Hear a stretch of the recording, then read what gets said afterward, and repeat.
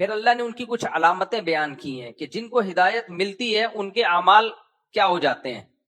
اس کتاب سے جن کو ہدایت ملے گی نا ان میں کچھ علامتیں ظاہر ہونا شروع ہو جائیں گی. وہ کون سی علامتیں؟ الذین یقیمون الصلاۃ، سب سے پہلی علامت یہ ہدایت ملنے کے بعد نماز ان سے کبھی ضائع نہیں ہوگی، کیونکہ ان کو پتا ہے کہ حی علی الصلاۃ، جب خدا ہمیں بلا رہا ہے آؤ نماز کے لیے، ایس ایچ او بلائے کوئی انکار کر سکتا ہے؟ بولو. ڈی ایس پی صاحب نے بلایا کہ آ جاؤ تھانے، کوئی انکار کر سکتا ہے؟ تو ان کو پتا ہے کہ یہ جو مؤذن کی صدا ہے نا حی علی الصلاۃ، یہ مؤذن کی نہیں ہے، یہ کس کی ہے؟ اللہ کی ہے. تو یہ کسی قیمت پہ نماز نہیں چھوڑتے. یہ آج کتنے مسلمان ہیں، مرد ہوں یا عورتیں ہوں، نماز قائم کرتے ہیں. اللہ کی دعوت سب سے ہلکی ہے، سب سے ہلکی ہماری نظر میں. انہی آیتوں میں آگے اللہ نے کیا فرمایا؟ وَاسْتَعِينُوا بِالصَّبْرِ وَالصَّلَاةِ وَإِنَّهَا لَكَبِيرَةٌ إِلَّا عَلَى الْخَاشِعِينَ. فرمایا نماز اور صبر سے اللہ کی مدد طلب کرو، لیکن یہ نماز بہت مشکل ہے مگر ان لوگوں پر جن کے دلوں میں اللہ کا خوف ہے. جو اللہ پہ یقین رکھتے ہیں نا ان کے لیے مشکل نہیں ہے. یہ جو آج نماز بہت مشکل ہے نا، جو ملحد لوگ ہیں، جو مذہب بیزار لوگ ہیں نا، ان کو نماز پڑھانا ایسے ہے جیسے آگ کے انگارے پہ کھڑا کر دینا کسی کو. ہم دیکھتے تھے بچپن میں، مسجد کے قریب گھر ہے، کبھی مسجد آنے کی توفیق نہیں ملتی. آئے ہیں مسجد میں کسی کام سے تو ایسے بھاگنے کی فکر میں ہے جیسے پتہ نہیں کیا ہو گیا. تو میں اس وقت اللہ کا شکر ادا کرتا تھا، الحمدللہ الذی عافانا مما ابتلاہ بی. اے اللہ تیرا شکر ہے تو نے ہمیں اس عذاب سے بچایا ہوا ہے جس میں اس کو مبتلا کیا ہے. تو آج دیکھ لو، ہر چیز کو ٹائم دینے کا ہمارے پاس ٹائم ہے، لیکن نماز کے پاس کے لیے نہیں ہے. تو اللہ قرآن میں کیا فرماتے ہیں؟ وَإِنَّهَا لَكَبِيرَةٌ إِلَّا عَلَى الْخَاشِعِينَ. یہ نماز واقعی بڑی مشکل ہے کیونکہ اس میں کچھ مل نہیں رہا، نظر نہیں آ رہا. نماز پڑھ کے نہ پیسے ملتے ہیں، نہ کوئی آپ کے کوئی ترقی ہو جاتی ہے، نہ کوئی صحت پہ فوری طور پہ کوئی اثر پڑتا ہے، کچھ بھی نہیں ہے.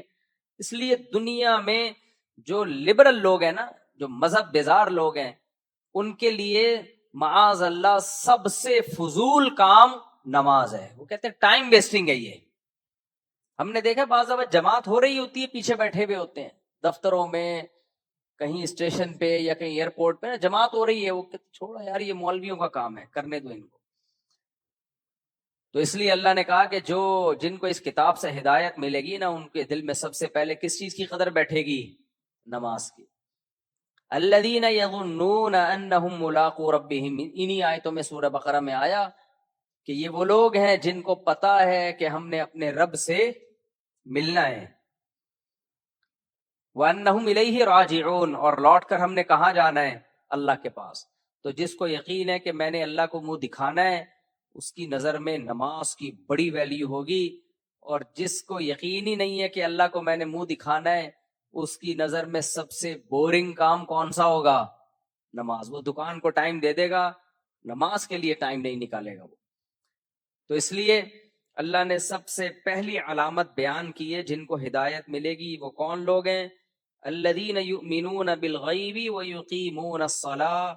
جو اللہ کے بتانے سے غیب پر ایمان لے کر آتے ہیں، اور اس غیب پر ایمان کا سب سے پہلا اثر کیا ہوتا ہے؟ نماز کو قائم کرتے ہیں. سب سے پہلا اثر یہ ہوتا ہے. غیب کا تذکرہ اللہ نے کیوں کیا؟ دیکھو غیب کی دو قسمیں ہوتی ہیں. غیب کہتے ہیں جو ہمارے حواس خمسہ سے ٹریس نہ ہو سکے، جو ہمارے حواس خمسہ سے ٹریس نہ ہو سکے، نظر نہ آئے ہمیں. تو غیب پر اگر کوئی دلیل قائم ہو تو ایمان لایا جاتا ہے، دلیل قائم نہ ہو تو اس پر ایمان لانا توہم پرستی ہے. تو اللہ اگر کہہ دے کہ ایسا ہے تو اس کو مان لینا ضروری ہے. اللہ نے کہہ دیا موت کے بعد زندگی ہے اور اس پہ دلائل قائم کر دیے. اب بھی اگر کوئی ضدی ہٹ دھرم کہتا ہے کہ نہیں یہ ممکن نہیں ہے، تو وہ کس سے مقابلہ کر رہا ہے؟ اللہ سے. اللہ نے کہہ دیا کہ آخرت میں اعمال کا حساب ہوگا، نیک لوگوں کو جنت ملے گی اور برے لوگوں کو آگ میں ڈالوں گا میں.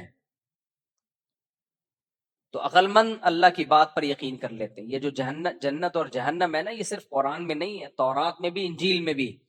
جتنی آسمانی کتابیں ہیں، آخرت کا نقشہ سب میں سیم ہے.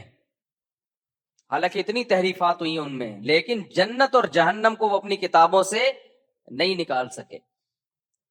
تو اس لیے جنت بھی ایک حقیقت اور جہنم بھی ایک حقیقت.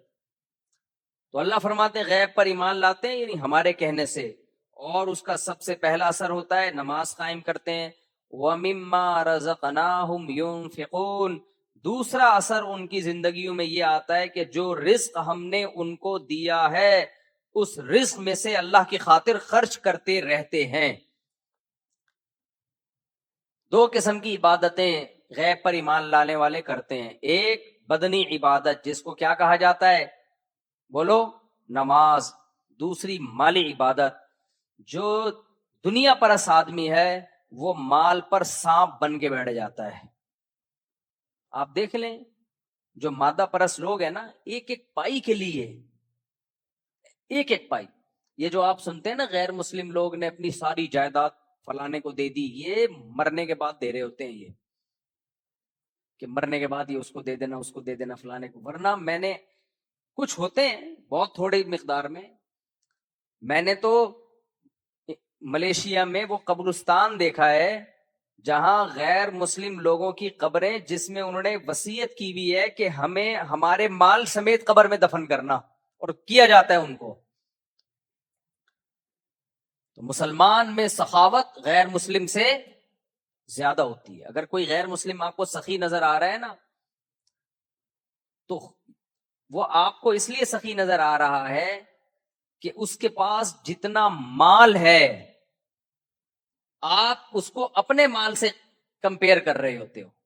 مثال کے طور پر ایک آدمی اگر 1,00,000 روپے صدقہ کرتا ہے تو رکشا چلانے والے کو یہ تھوڑا صدقہ لگے گا یا بہت زیادہ؟ بہت زیادہ. لیکن اگر اس کی آمدن 20 کروڑ ہے تو اس میں 1,00,000 تو کچھ بھی نہیں ہے، وہ تو ویسے ہی گر جاتا ہے.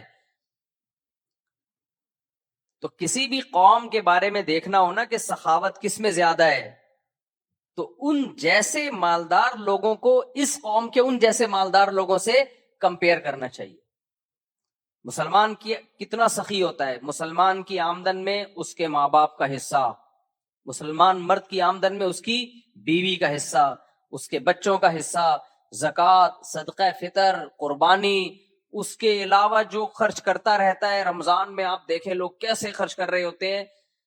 غیر مسلموں میں یہ نہیں ہے، غیر مسلموں میں نہیں ملے گا آپ کو یہ، الا ماشاء اللہ.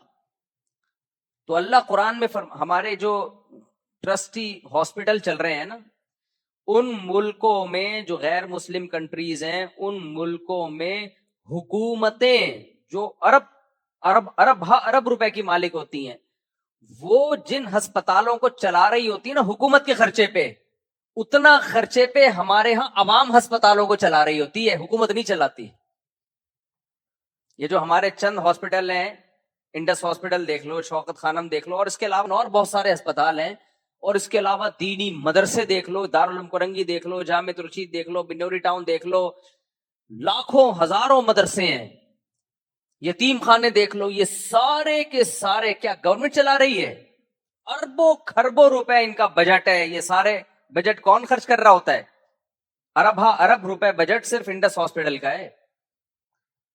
تو اس لیے اللہ نے فرمایا کہ جو ہم پر ایمان لاتے ہیں ان کی سب سے پہلی علامت نماز قائم کرتے ہیں. نمبر 2 وَمِمَّا رَزَقْنَاهُمْ. ہم نے جو روزی ان کو دی ہے، اس لیے کہ ان کو یہ احساس ہوتا ہے یہ ہماری نہیں ہے، یہ کس نے دی ہے؟ ہمیں، یہ اللہ نے دی ہے. اس میں سے خرچ کرتے رہتے ہیں. کیسے خرچ کرتے ہیں؟ قرآن میں اس کو بھی بیان کیا، سرًا وعلانیۃً.